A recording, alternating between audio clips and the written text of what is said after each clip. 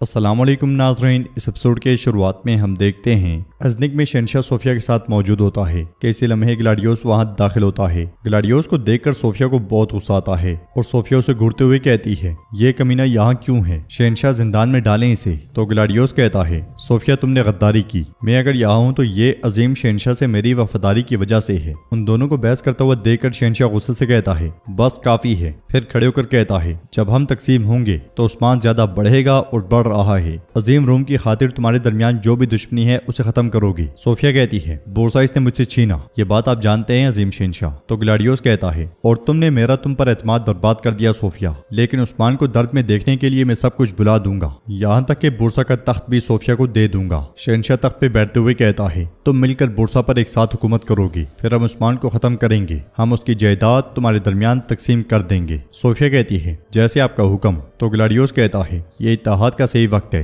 कल उस्मान सरदारान के साथ कौंसल का एहतमाम करेगा। सोफिया कहती है, अगर उस्मान ने कल तमाम सरदारान को एक साथ इकट्ठा किया है तो इसका मतलब है कि वो कुछ बड़ी चीज के पीछे है। इसमें कोई शक नहीं कि इस मामले का अंजाम बाज़ंतीन को मुतासर करेगा। ग्लैडियोस कहता है, परेशान ना हो, हम जान लेंगे कि कौंसल में क्या हुआ। मेरे पास उनके दरमियान एक जासूस है। जवाबन शहंशाह कहता है, ग्लैडियोस जासूस की मौजूदगी हमारी बहुत मदद करेगी, लेकिन ये काफी नहीं है। कल सरहदी इलाकों के गवर्नर मैदान में जमा होंगे, हम अजीम बाज़ंतीन की आग को दोबारा जलाएंगे, हम सोए हुए बाज़ंतीन की रूह को एक बार फिर जिंदा करेंगे। दूसरी तरफ काई कबीले के सरदारी खेमे के सामने तमाम सरदारान जमा होते हैं। यगीत अलाउद्दीन से पूछता है, कल से हर कोई उस्मान साहब की कौंसल के बारे में बातें कर रहा है, क्या आप जानते हैं कि ये कौंसल किस लिए है? तो अलाउद्दीन उसे कहता है, सरदार अपने अल्फाज कौंसल में बोलता है यगीत साहब, हम सबको जल्दी पता चल जाएगा। सरदार हसन आगे बढ़ते हुए कहता है, सरदारान मंगोलों का खतरा टल गया है, अल्लाह का शुक्र है। अब उस्मान साहब अवाम और रियासत की खातिर नए फैसले करेंगे। कोजा बेबी कहते हैं, मंगोलों का खतरा खत्म हो गया है, लेकिन अब भी अफरा तफरी है। मैंने सुना है कि तुर्क सरदारान आपस में लड़ रहे हैं, गर्मियान और करामान। इस जंग में हमारी जगह कहाँ होगी सरदारान? इसलिए मैं बुरान खेमे से बाहर आता है और बुलंद आवाज से कहता है, तमाम हजरात खेमे में तशरीफ लाएं। यह सुनते साथ ही सरदारान खेमे में आ जाते हैं और एक तरफ से उस्मान साहब सामने आते हैं। उस्मान साहब बैठते हुए अल्लाह ताला के बाबरकत नामों से जिरगे का आगाज करते हैं। फिर कहते हैं, हम शुरू में मुट्ठी भर थे, लेकिन हमने इन सरहदों से काफिरों को उखाड़ फेंका। हम एक इमारत थी और अब हम एक रियासत बन गई। ये रियासत जिसे मंगोलों ने जलाकर तबाह कर दिया था, हम इसे दोबारा इसकी साबका शान शौकत से मिलवाएंगे। जेरकुताई कहता है, रियासत को मजबूत बनाने वाली चीज इंसाफ और रिवायात हैं, लेकिन खजाना भी जरूरी है। मंगोलों के साथ जंग ने हमारे खजाने खाली कर दिए हैं हुजूर। कोजाबे कहते हैं, सिपाहियों के पास खेमों के सिवा कुछ नहीं है, हम इस रियासत को दोबारा कैसे मजबूत बनाएंगे? यह सुनकर उस्मान साहब कहते हैं, जिहाद के रास्ते पर चलकर। जिहाद हमारे लिए खजाने के दरवाजे खोल देगा। जहाँ तक खजाने का ताल्लुक है वो बाज़ंतीन की सरहदों में वाक़ई है, जहाँ ना इंसाफी और जुल्म अरूज पर है। सरदार हसन कहता है, खाना बदोश कदम जमाए बगैर जंग में कूद गए। हमने जंग की और मंगोलों को तहस नहस किया अल्लाह के हुक्म से,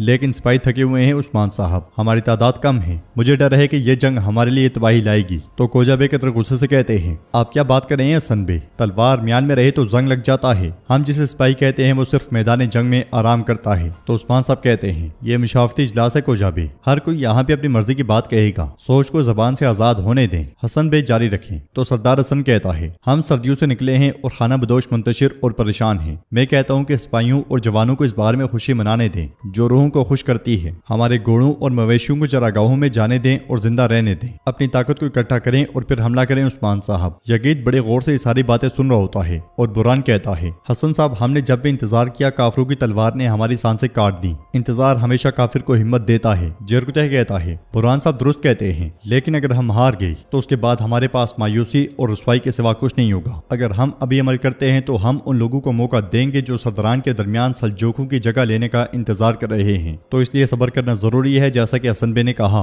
अगर एहतियात भी हो तो मेरे ख्याल में इसका इम्कान ज्यादा है। कोजाबे कहते हैं, जालिम के खिलाफ हिम्मत, कैद के खिलाफ आजादी की जरूरत है सरदारान। फना हो जाने के डर से जीने वाले तहस नहस हो जाएंगे। मैं कहता हूँ कि हम बिल्कुल ना रुकें और जारी रखें। फिर उस्मान साहब अलाउद्दीन से पूछते हैं, हम क्या करें अलाउद्दीन बे? तो अलाउद्दीन कहता है, जितना मैं आने वाली लड़ाई के बारे में सोच रहा हूँ उतना ही मैं सिपाहियों की मौजूदा तादाद के बारे में भी सोच रहा हूँ। अगर लश्कर कमजोर हो तो रियासत का वजूद खतरे में पड़ जाए। जाएगा। उस्मान साहब पूछते हैं क्या आपको लगता है कि हमें जंग से पीछे हट जाना चाहिए? तो अलाउद्दीन कहता है नहीं, बिल्कुल नहीं, लेकिन मोहतात रहने में फायदा है, मैं ये कहना चाहता हूँ। सबकी बातें सुनने के बाद उस्मान साहब कहते हैं मेरे सरदारों, मेरे साथियों, मैंने आपको सुना। जैसा कि ओगोज रिवायात की जरूरत है, रियासत सिर्फ आप जैसे साहिब बसीरत सरदारों के वजूद से कायम है। मैं आपकी बात समझ रहा हूँ, लेकिन ये जान लें जब तक हम सीधे रास्ते पर हैं, अजीम अल्लाह हमेशा हमारे साथ होगा। करा से जानदार और गरमियान, करमान और दीगर इमारतें, वो सब सल्जूकियों की तरह बनने के लिए कोशा हैं। जहाँ तक हमारा ताल्लुक है, अगर हम उनसे मुंह फेर कर फतूहात की तरफ कर लें तो हम उन मुसाफिरों के दिल जीत लेंगे जिनके दिल जिहाद की आरजू से जल रहे हैं, क्योंकि इस तरह हम भी मजबूत होंगे और हमारी रियासत भी मजबूत होगी। बुरसा में शहनशाह का भी दीवान लगा होता है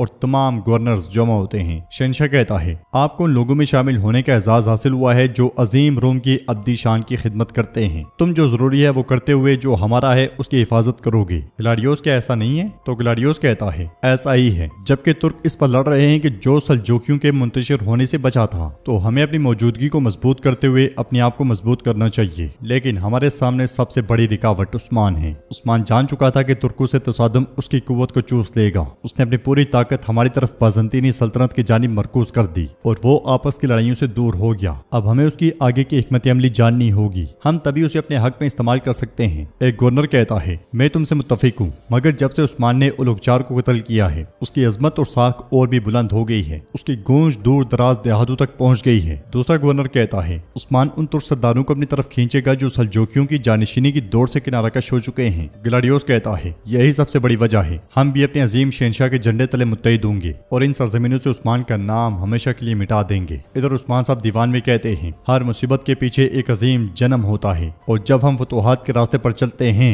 तो हम नई जमीनों पर खाना बदोशों को आबाद करेंगे। हम मजलूमों को पनाह देंगे और उम्मीद अता करेंगे। यगीत कहता है हुजूर आपने दुरुस्त फरमाया, हम कहाँ का रुख करेंगे? यह सुनकर उस्मान साहब आगे बढ़ते हैं और तलवार निकालते ही हैं कि यगीत डरते हुए 2 कदम पीछे हट जाता है, मगर उस्मान साहब कहते हैं हमारी मंजिल। ये कहते साथ ही उस्मान साहब वापस पलटते हैं तो यगीत सुक्का सांस लेता है और उस्मान साहब तलवार के वार से नक्शा खोल देते हैं और मजीद कहते हैं हमारी मंजिल शुमाली सरहद होगी, सकारिया, मोदरना और गुवेनक। हम ये इलाके अपनी मंजिल बनाएंगे। हम हमेशा अपनी सोच को उससे वाबस्ता रखेंगे। खौफ अब भी यगीत पर सवार होता है और वो कहता है ये तमाम इलाके जरखेज और सैराब जमीनें हैं मेरे हुजूर, हमारी कुव्वत बढ़ती जाएगी। अलाउद्दीन पूछता है हम अपनी फौज को कहां से गुजारेंगे? कुफार हर सरहद पे फैले हुए हैं। तो उस्मान साहब नक्शे पे इशारा करते हुए कहते हैं हम अपनी फौज को मगरिब की छुपी हुई वादियों से गुजारेंगे। अब सब अपने जांबाजों को तैयार रखें। हम 2 दिन बाद कराचाम में अपने दस्ते यकजा करेंगे। मजलिस खत्म होती है। जंग हमारी और फतह सिर्फ अल्लाह की है। ये कहते साथ ही उस्मान साहब तलवार म्यान में डालते हैं और सब सीनों पे हाथ रख के आदाब बजा लाते हैं।